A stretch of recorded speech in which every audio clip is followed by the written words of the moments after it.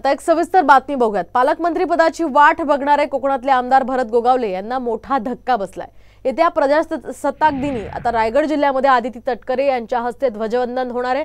सरकारने येत्या 26 जानेवारीला ध्वजवंदन करणाऱ्या मंत्री आणि पालकमंत्र्यांची यादी प्रसिद्ध केली आहे, ज्यामध्ये रायगडचे ध्वजवंदन हे मंत्री आदिती तटकरे यांच्या हस्ते होणार आहे। त्यामुळे त्यांनाच पालकमंत्री पद मिळणार असल्याची सध्या चर्चा सुरू झाली आहे। मात्र यामुळे पालकमंत्री पदाची आस लावून बसलेले शिंदे गटाचे आमदार भरत गोगावले यांना धक्का बसल्याचं दिसून येत आहे। वारंवार भरत गोगावले यांनी मंत्रिपदाची मागणी केलेली आहे, तसं त्यांनी मीडियासमोर सुद्धा बोलून दाखवलेलं आहे आणि आता त्यांची ही आशा मावळणार असल्याचं बोललं जातं।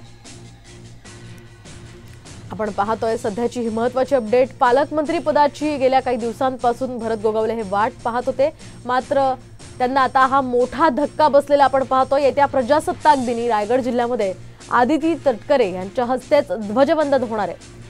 दरम्यान सरकारने येत्या 26 जानेवारीला ध्वजवंदन करणाऱ्या मंत्री आणि पालकमंत्र्यांची यादी प्रसिद्ध केली आहे, ज्यामध्ये रायगडचं ध्वजवंदन हे मंत्री आदिती तटकरे यांच्या हस्ते होणार असल्याचं कळतंय।